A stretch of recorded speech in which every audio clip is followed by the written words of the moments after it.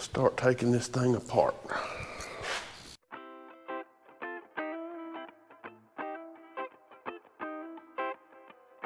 I know it's dirty.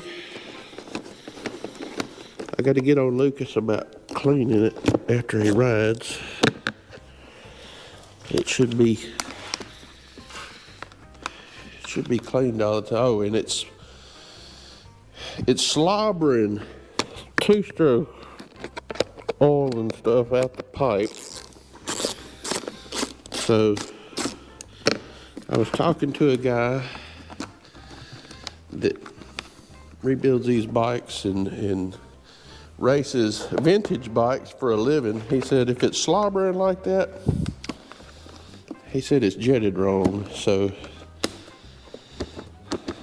I'm not an expert on these, but he is.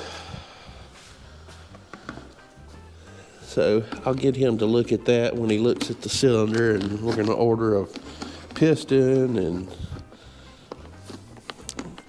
see if we can get this bike as in best shape we can.